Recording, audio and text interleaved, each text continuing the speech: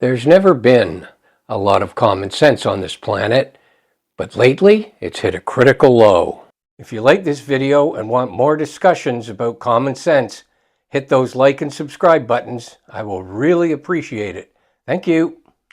Donald Trump uses the word hoax more than anyone else on the planet.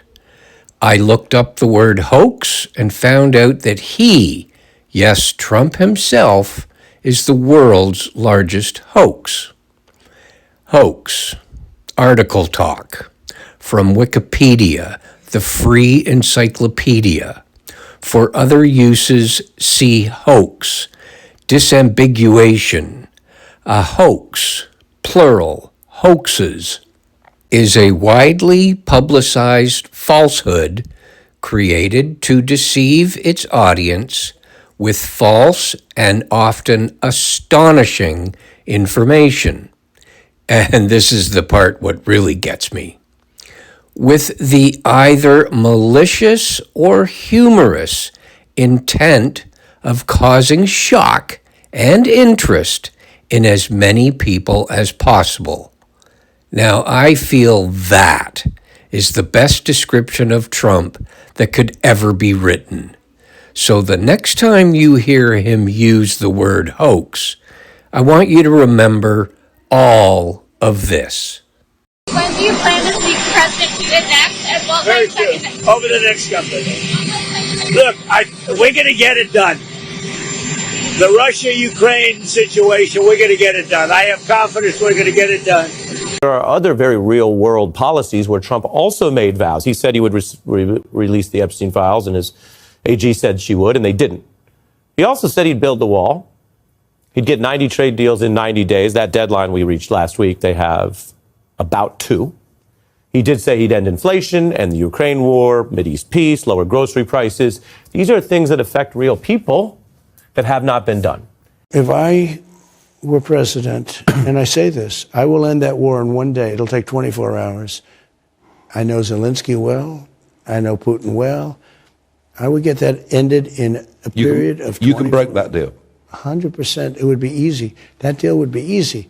If I'm elected, you won't lose one plant. You'll have plants coming into this country. You're going to have jobs again. You won't lose one plant. I promise you that. The $10 billion Foxconn investment in an LCD plant in Racine County that never arrived. That land remains mostly empty. Those jobs have left Ohio. They're all coming back. They're all coming back.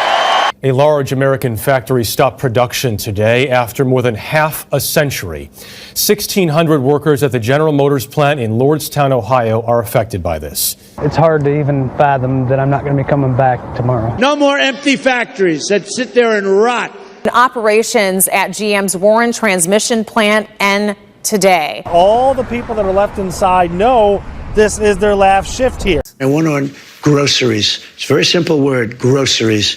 And I won an election based on that. We're going to bring those prices way down. On day one, we will end inflation and make America affordable again. When I win, I will immediately bring prices down starting on day one. I will end the devastating inflation crisis immediately, bring down interest rates, and lower the cost of energy. We're going to bring those prices way down. A vote for Trump means your groceries will be cheaper. Groceries, cars, everything. We're going to get the prices down. Starting on day one, we will end inflation and make America affordable again. I will prevent, and very easily, World War III, very easily. Before I even arrive at the Oval Office, I will have the disastrous war between Russia and Ukraine settled. It will be settled quickly.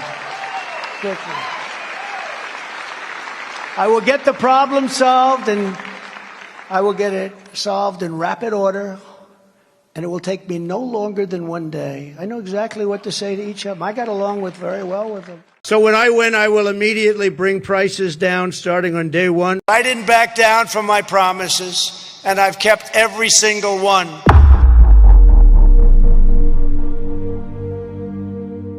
We're going to bring back Made in the USA, and we're going to have a lot of jobs come back. We're going to have a lot of jobs.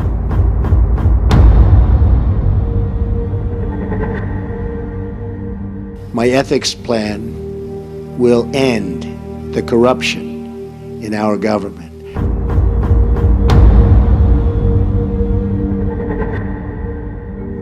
I pledge to every citizen of our land that I will be president for all Americans.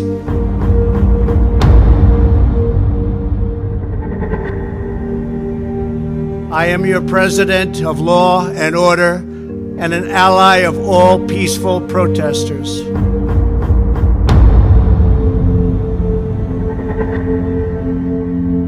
To ensure that working Americans impacted by the virus can stay home without fear of financial hardship, I will soon be taking emergency action, which is unprecedented, to provide financial relief.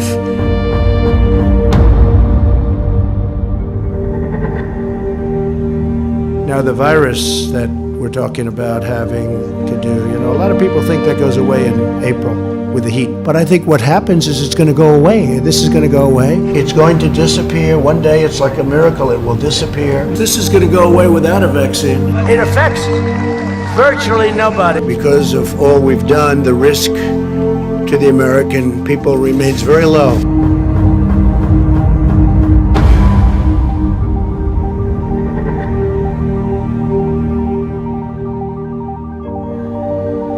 President Trump said multiple times really over the years that he could end the Russia-Ukraine war in just 24 hours, but that obviously has not happened yet.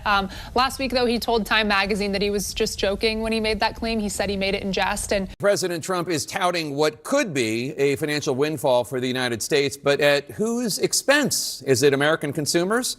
It's based on Trump's new tariff rates for various countries. The Congressional Budget Office updated its projections and now estimates that Trump's tariffs could reduce the U.S. deficit by a whopping $4 trillion over the next 10 years. Let's bring in Justin Wolfers. He's a professor of economics and public policy at the University of Michigan. So first of all, what do you think are the chances that the tariffs will actually last through 2035, which the CBO is basing its estimates on?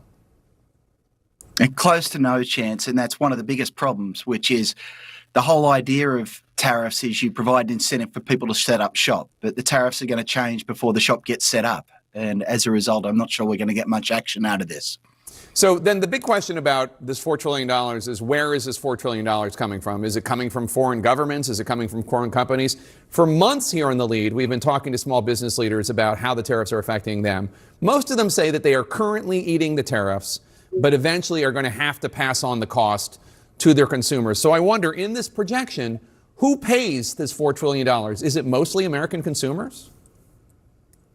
Yeah, Jack, I want to come back to something you said in The Lead. You said this windfall for the American budget. It's not a windfall, it's a tax. And when you charge people a tax, the government gets revenue. It's as simple as that. In this case, here's how it works. If Best Buy brings in a washing machine, say from Korea, that washing machine gets shipped to America and it sits in the port in customs, and it can't get out of customs until Best Buy writes a check for the tariff. So at the first level, Best Buy, an American company, is paying the tariff. But we economists like to look at it a little harder. Everything's connected to everything else. So there are some other things that could happen. Well, Samsung could decide what they want to do is keep their market share, which means they'd have to cut the price they're selling that washing machine at. But there's a price index called the Import Price Index, and it measures the price of our imports, not surprising.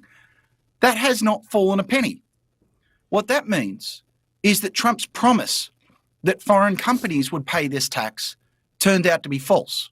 You've heard him talk about the Russia hoax. But the best one by far is the Epstein hoax. Democrat hoax that never ends. It reminds me a little of the Kennedy situation. We gave him everything over and over again, more and more and more, and nobody's ever satisfied. From what I understand, I could check, but from what I understand, thousands of pages of documents have been given. But it's really a Democrat hoax. Donald Trump is a hoax. He has always been a hoax. He will always be a hoax.